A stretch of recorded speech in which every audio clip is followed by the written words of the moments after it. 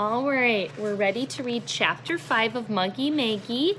And Ashton was correct. In Chapter 4, I asked you, why does Maggie continue to rebel against cursive writing?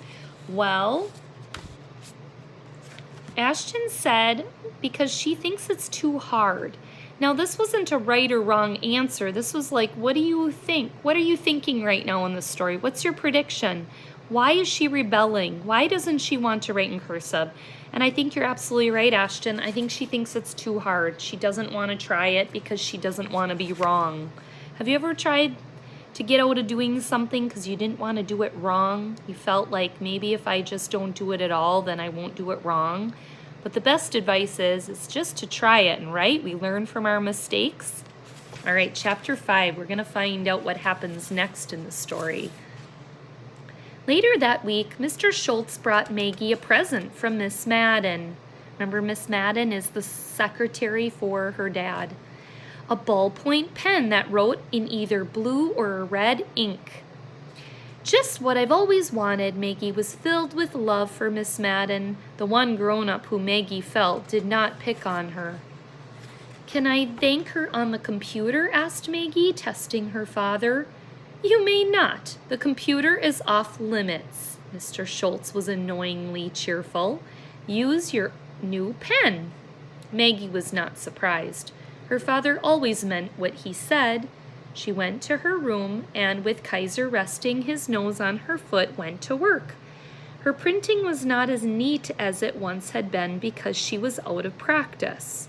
She wrote one letter in blue and the next in red over and over, and it says, Dear Miss Madden, thank you for the pen. I liked it. Love, Maggie. After a moment's thought, she added, can you see that? It looks to me like it should say sorry so sloppy, but it looks like sorry so sloggy. There, Maggie, pleased with her work, folded the letter, sealed it in the envelope, printed Miss Madden on the front, and slipped it into her father's briefcase, with the virtuous feeling of having done what was expected of her. The next evening, Mr. Schultz brought home an envelope for Maggie, who tore it open.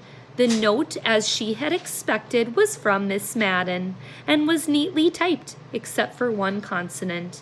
It read, Dear Maggie, if you are really sorry so sloggy, or did you mean sloppy, why didn't you copy your letter over? Love, Hilda Madden. Maggie's eyes filled with tears. She felt so ashamed. Now even Miss Madden, along with everyone else, was picking on her. Mrs. Schultz, seeing Maggie's tears, asked to read the note. Then she said gently, Well, Angel Face, why didn't you do your letter over? Maggie sniffed. I thought Miss Madden would understand. Maggie's father took his turn at reading the embarrassing note. Of course Miss Madden wouldn't understand, he said. Miss Madden is a secretary who is always neat and accurate. Well, I don't want to be a secretary, said Maggie, thinking of several neat, accurate girls in the 3rd grade. I'm going to be an astronaut or a meter maid. Good for you, Goldilocks, said her father, and he rumpled her hair.